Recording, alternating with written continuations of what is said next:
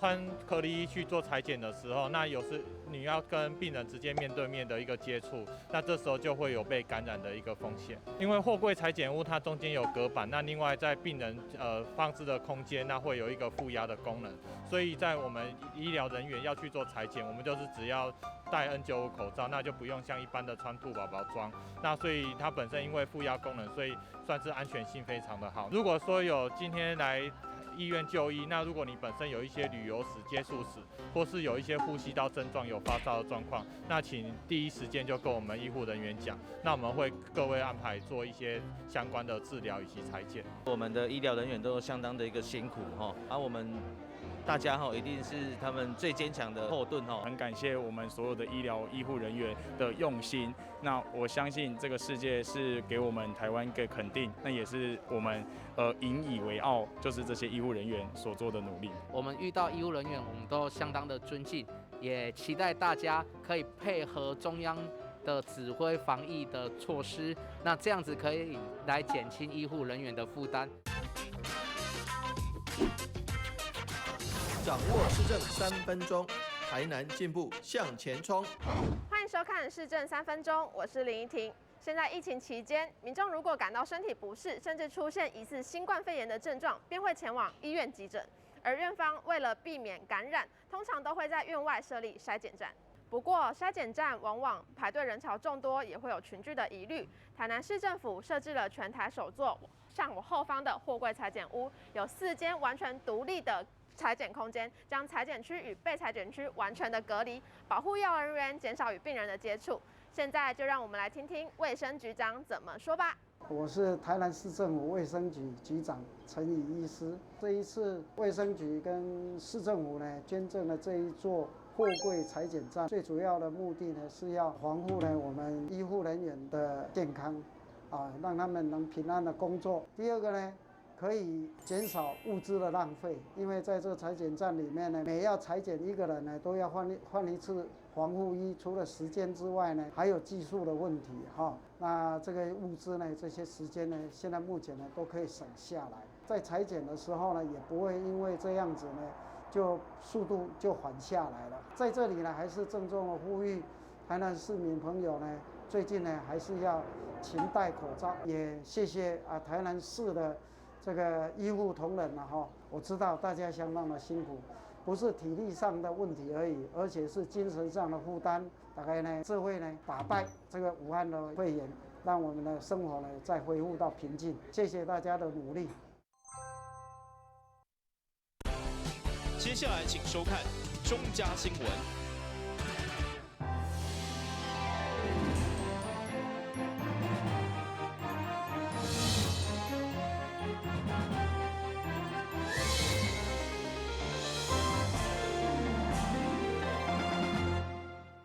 大家好，我是陈碧纯，欢迎收看中嘉台南地方新闻。下面有一连串的新闻报道，带大家做伙来关心。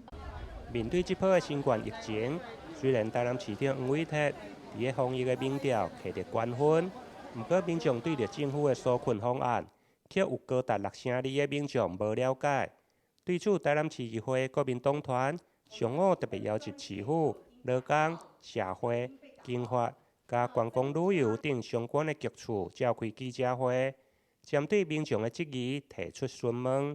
其中，民众上关心的劳工纾困补助，甲社会局的急难救助，拢是议员关心的焦点。62%的国人搞不清楚纾困到底是怎么处理，他们怎么申请，他们要怎么做。台南市议会都有一个纾困专线，我们市政府有没有自己一个纾困的线路电话，可以全面统整我们民众打进来时候他们的不理解，给他们一个说明，给他们一个指导的。1999还是会接，但是因为1999没有办，因为很多问题它的状况性不同，没有办法统一由那1、2个人去回答所有的问题，所以我们现在市政府也已经统筹了每个局处的单一窗口给1999。那1999它会研判起来，这个应该是属于哪个局处，它会接到那个局处的专线，那个局处的专线就会专门去回答它。另外，现场嘛有一名黄小姐更加质疑政府的企业小额贷款，虽然中央讲3天就用的核贷，不过民众实际走了几啊间银行，却拢无下落。我们接到那个宣布有小规模企业50万的纾困贷款，然后他强调的是简化申请、核贷快速。然后院长公布的时候，我们就觉得很欣慰，因为我们自己有成立那个凤凰的小群组嘛，哈，然后我们就觉得，我们好像他知道我们小规模企业的难处，他为我们开了一条路，然后我们就觉得很棒这样子。当我们实际去申请的时候啊，去询问，然后银行的回应都是我们没有收到公文，然后总行还没有说建议我去关谷银行。然后去关谷银行的时候，回应又是我们案件很多，建议去往来银行，他们比较了解你们会比较快。一位银行的行员甚至对我说，不可能像苏院长说的啦，快速核贷。那我就问他说，那要多久？他跟我回2到3个礼拜。问题现在是没有讲清楚的是，你个人给付的是0.6% 的利息，剩下来的1.2谁来承担？这是第一点。所以现在银行没有决定是1.2的补贴利息，这个部分是要他们短收，还是银行会补贴给他们？这个部分没有答案明确。好，这是小商场店铺的。再来就是50万的纾困，他是用商号去贷款，到时候变成呆账，谁来承担责任？行政院现在置之不理，银行经理都讲有这个讯息，但他不敢下公文啊，你公文就文字就明确了啊。对不对？你是不是用传输的、用电子邮件？是讲我们帮忙银行，大家帮忙纾困，但是有一些是责任权责问题。议会国民党团要求市府除了要设立专线，而且上好要做出纾困的懒人包，让民众会用清楚了解。其实地方要求真简单，就是中央爱纾困，地方爱减税。除了进前的房屋税调降，议员嘛要求上好地价税嘛会用对咧调降。台南新闻林根采访报道。台南市议会为提升为民服务，议长郭信良伫个4月2日率先伫个人民请愿中心设立3线的防疫纾困的咨询电话，3天来咨询的民众平均一天超过100多通。请愿中心的专员甲职员会用讲接电话接甲手酸，其中民众上关心的还是劳工的纾困补助。基金它的申请资格。好，如果你今天是3万元的劳工纾困这一部分，目前其实它的规定是，它是第一个自营商啊，或者是无雇主的这一些劳工，这是第一个要件。然后第二个，他必须在3月31号以前，在职业工会下有参加劳工保险的。可是我妈妈她已经失业1年了，对，这个有符合吗？她失业1年了，那她有在职业工会参加劳保吗？没有哎。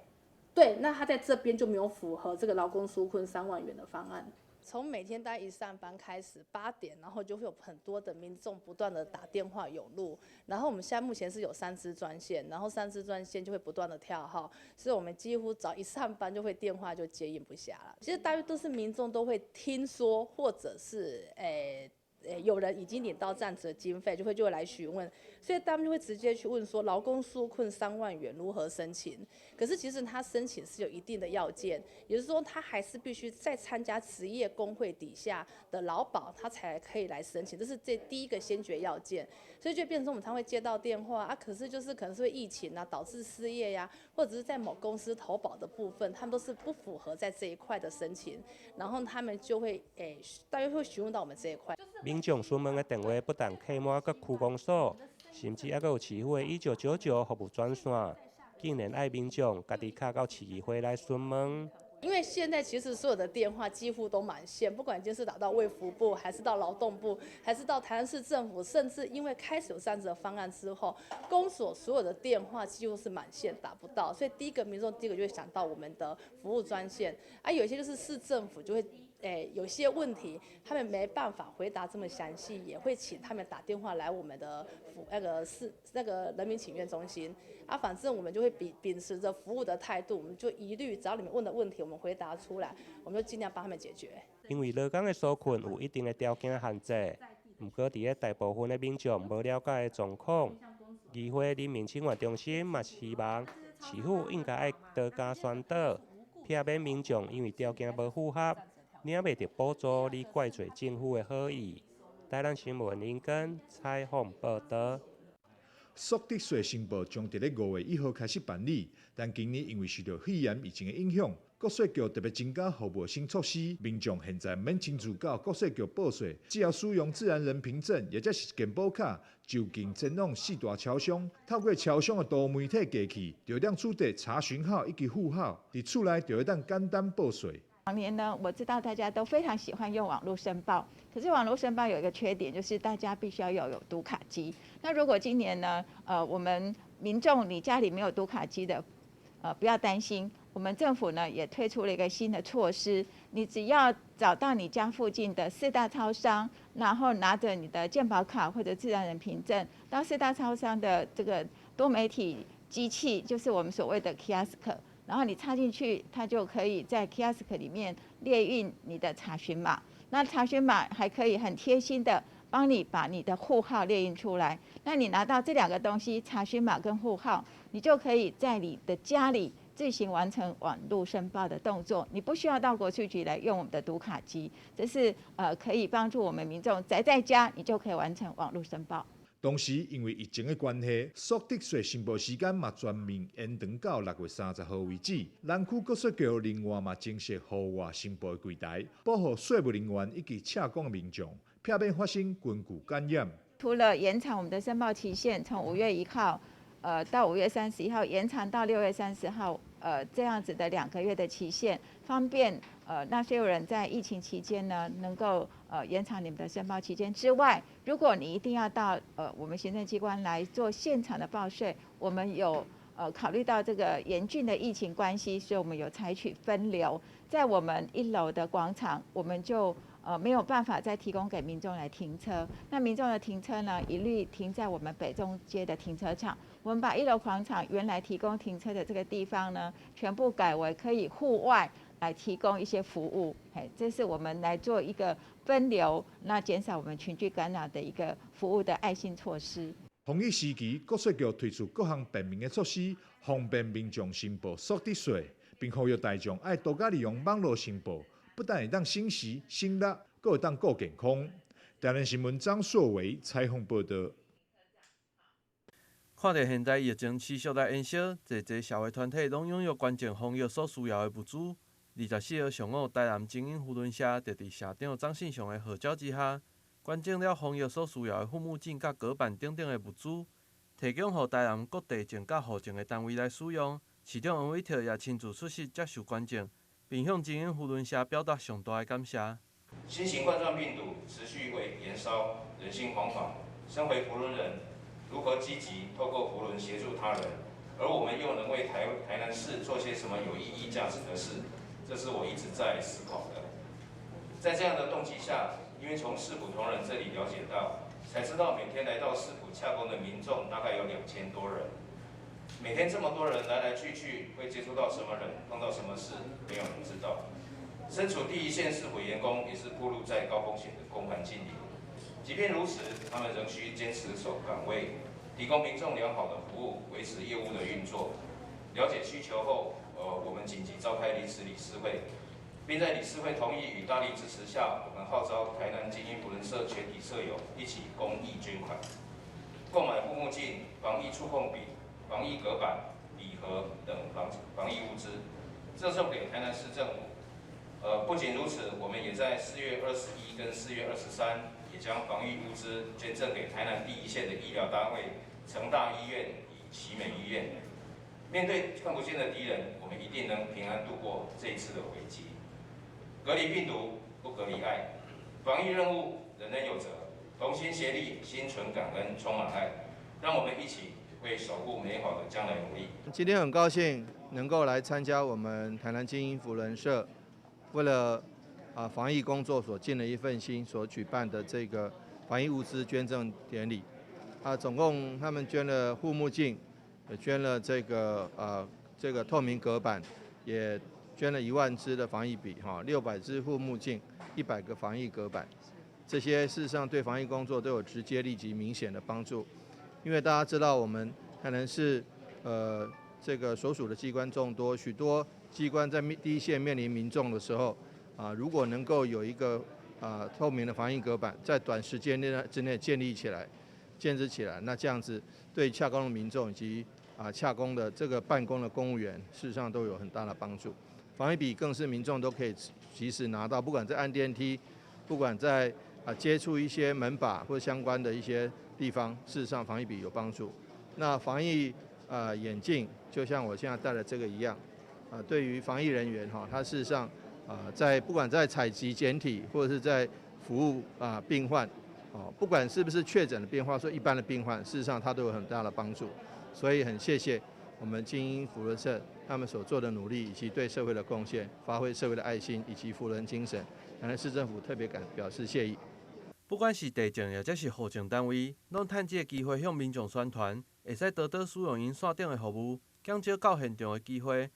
也呼吁民众爱多洗手、挂嘴掩、保持社交距离，保护家己也保护别人。台南新闻郭博义采访报道。跟我们一起走进阅读森林吧！我们将阅读分成6大主题。首先邀请到新时代作家杨富敏、江娥、李炳书、阿春爸、IG 作家，来到台南爱读册节目中与您见面。敬请锁定每晚8点半第3公用频道。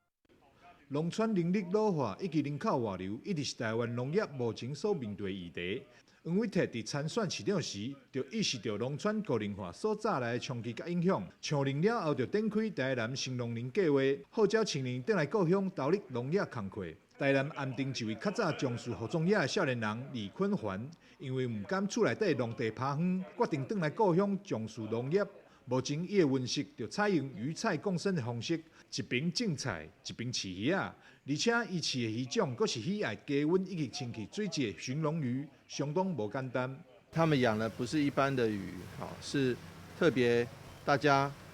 感觉起来特别难养的寻龙鱼。寻龙鱼是一个高经济价值的鱼，然后它所适合生长的是水温通常比较低的。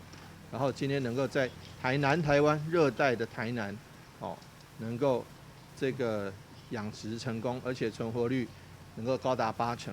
这个真的是非常非常不容易的。那经过养了8个月之后，就能够像这么大了，那这样就可以上市了。所以基本上这个需要是第一个需要技术，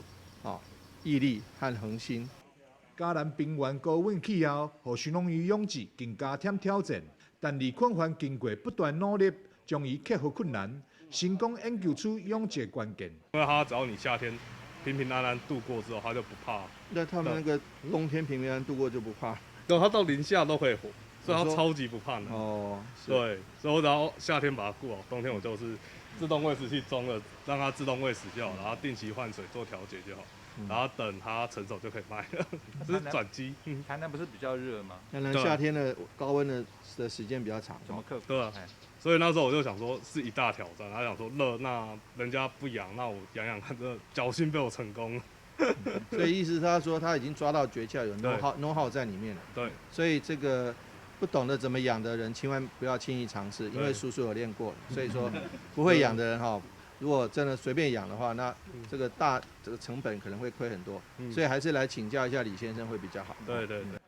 黄伟哲这次来参观，除了是要来看卖寻龙鱼的成长状况，同时嘛想要听看卖青龙的声声，为因提供技术、资金，或者是土地取得等协助，用正面的态度，持续将台南打造成为青龙友善的城市。台南新闻张硕维采访报道。林林城市是台南持续推动的目标之一。为了将节能的观念向下定根，教育局也规划了防园集团认证的标章。这几年来，有侪学校拢为这个目标在努力。24号上午，教育局也举办了今年的集团示范校园标章认证甲公民节能的行动方案的颁奖典礼。这届总共有67间的学校通过认证，颁发出78项的标章。市长黄伟哲也亲自到场颁奖，期待透过学校教导学生正确的观念。对于67个学校来加入这个低碳认证的标章以及节能的这个计划的参与，我们感到非常的肯定跟谢谢。尤其台南是一个低碳绿能的城市，尤其在这个我们推动绿能的过程中要节能那这样才能减少碳足迹，减少这个空气跟环境的污染。所以这些环境教育都要从小培养起。因此呢，我们非常感谢从这么多的小学、中学、国中一起让这样子环保的概念、节能的概念、绿能的概念、低碳的概念能够深植我们同学的心中。这个部分也有赖于我们第一线的教育工作者，也就是各个学校大家能齐心来参与，这样才我觉得向下扎根是最有用的。任何用开罚的、用罚单的、用检举的这些东西治标，但是从教育才是治本。我们谢谢各个学校的参与，也能够让台南这个绿能城市、低碳城市的这个地位更加稳固。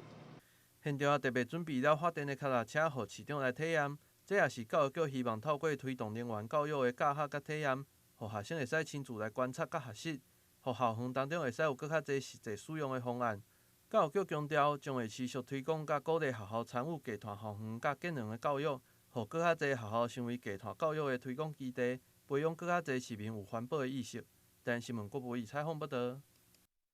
现在来到中山路79巷当中，就会使看到一间以蚊仔斑印刷为主题的店家“讨人捐印”。店内负责人朱宏祥，伫一届家己印衫的机会之下，开始接触到蚊仔斑印刷，因为伫过程当中得到满满的成就感，最后也予伊来成立这间工作室。成立到现在已经3年啊，除了有提供蚊仔斑印刷的服务，同时也有开设相关的体验课程，让民众对画图到涂感光漆、曝光一直到印刷，拢会使完整来体验。而前伊也特别开设了以台语为主题的课程。要互来参与的民众都会使了解到蚊仔斑印刷的行仔话。